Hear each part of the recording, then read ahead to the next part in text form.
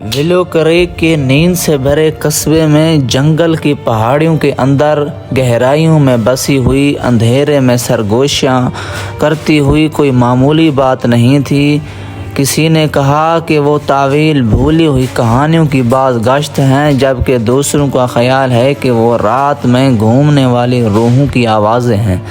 رہائشیوں کے درمیان صرف خاموش لہجے میں سرگوشی کی جانے والی ایک افسانہ تھی، شہر کے مضافات میں پرانی حویلی کا افسانہ۔ حویلی اونچی اور مسلط کھڑی تھی، اس کا ٹوٹا ہوا اگواڑا گزرے سالوں کا ثبوت ہے۔ افواہیں اس کے تاریک راہداریوں کے گرد گھومتی رہیں، ایک خاندان کی کہانیاں جو سانحے میں ملعون تھی اور اس کی دیواروں میں دفن راز۔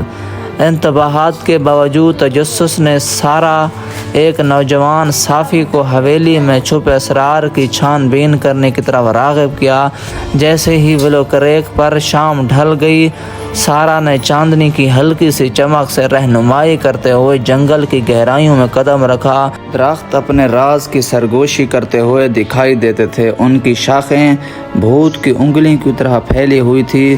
وہ سردی کو نظر انداز کرتے ہوئے جس نے اس کی ریڑھ کی ہڈی کو تیز کر دیا، سارا اس وقت تک زور دیتی رہی جب تک کہ حویلی کا سلیٹو اس کے سامنے نہ آ جائے۔ زنگ آلود دروازے سے گزرتے ہوئے سارا کو اپنے اوپر دھوئیں کی پیشگوئی کا احساس ہوا۔ نم زمین اور بوسیدگی کی خوشبو سے ہوا موٹی تھی، فرش کی تختیوں کی ہر ایک ریگ ایک خوفناک راگ کی طرح گونج رہی تھی، جو اسے حویلی کے دل میں گہرائیوں میں لے جانے کی ترغیب دے رہی تھی۔ اپنی ٹارچ کی مدھم روشنی میں سارا نے چھوٹتے ہوئے کمروں کی کھوج کی، ہر ایک پرانے دور کی باقیات سے بھرا ہوا تھا۔ دھول سے ڈھکا ہوا فرنیچر بھولی بصری یادوں کی طرح بکھرا پڑا تھا، جبکہ دھندلے پروٹ دیواروں میں سے کھوکھلی آنکھوں سے گھور رہے تھے۔ ایسا لگتا تھا جیسے حویلی ہی اپنے سانسیں روکے اپنے راز افشاں کرنے کا انتظار کر رہی ہو۔ جیسے ہی سارا گہرائی میں گئی، وہ ایک چھپی ہوئی سیڑھی سے ٹھوکر کھا کر نیچے اندھیرے میں جا رہی تھی۔ گھبراہٹ کے ساتھ وہ گہرائیوں میں اتر گئی، ہر قدم کے ساتھ سرگوشیاں بلند ہوتی جا رہی تھیں۔ تب ہی اس نے سائے کے اندر چھپی حقیقت کو دریافت کیا۔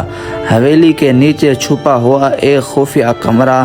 اپنی ٹارچ کی چمکتی ہوئی روشنی میں سارا نے پرانے جوائد کی ایک سیریز کا پردہ فاش کیا۔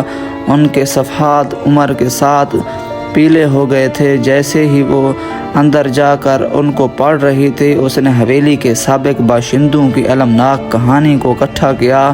ایک خاندان جو لالچ اور دھوکہ دہی سے ٹوٹا ہوا تھا، ان کی سرگوشیاں صفوں میں گونج رہی تھی، کھوئی ہوئی محبتوں اور بکھرے خوابوں کی آہٹ۔ لیکن جیسا ہی سارا نے جرائد کی گہرائی میں جانا چاہا، اسے سائے سے اپنی موجودگی کا احساس ہوا۔ گھبراہٹ نے اس کے دل پر قبضہ کر لیا تھا۔